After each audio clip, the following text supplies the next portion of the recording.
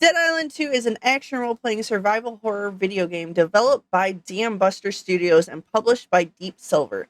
It is the third main entry of the Dead Island series, following the story of the previous Dead Island and Dead Island Riptide. I was definitely ready to play this one to get my zombie killing on. I found that I was kind of getting my butt handed to me more than I was dealing the damage, just because of my really aggressive play style. Like, I want to get in there, and you kind of gotta dodge and maneuver a little bit more in the beginning than what I was doing. You start with getting to choose between an array of 6 different characters, each with their own stats and perks. As you level and explore the map, you'll also get cards that are kind of like a bonus to your character. Some are extra attacks, while some are passive effects.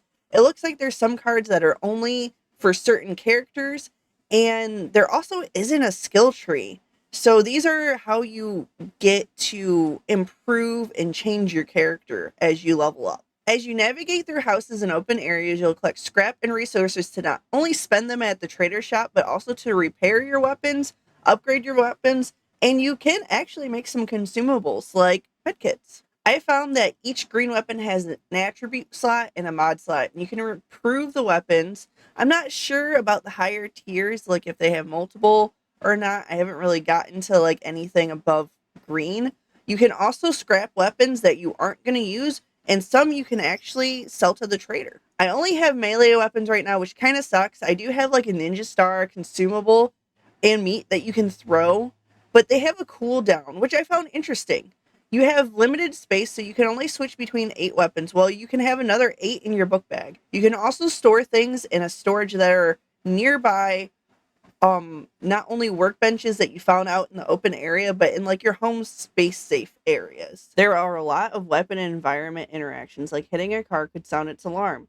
Noises can draw in the zombies. So breaking glass, loud weapons, and explosions are some of the things. Speaking of explosions, water can move around electric currents, oil can spread fire, and water can put out the fire.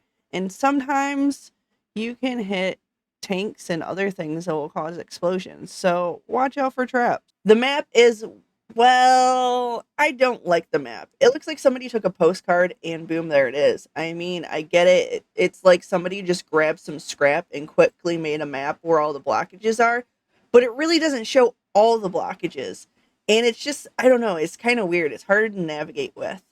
Things like side quests and areas you might need to use certain items like fuses will actually pop up on the map too. So it's kind of nice if you can learn how to actually properly navigate with it. Keyboard controls are really weird. I ended up changing the mapping of some of the buttons to my mouse to make it easier, just because like where the crouch and sneak is, and where the dodge was, just my hands are small. I have small fingers, and it doesn't reach all the way down to the control and the alt buttons very easy. So I made those buttons on my mice. I really don't like to play with the controller anymore. I mean, as a keyboard player, it's just weird to switch back to controller after using it for so many years. So far, the story is interesting. So, spoiler alert, you're a stowaway on a plane. It crashes, and then you get invited to a celebrity's house while her assistant is freaking out. Now, they're standing there between the assistant and the celebrity, and you find a couple, one that's pinned under something and another that's passed out. And you want to help them, but, those guys go and like, hey, here's my address. Link up after you save those guys.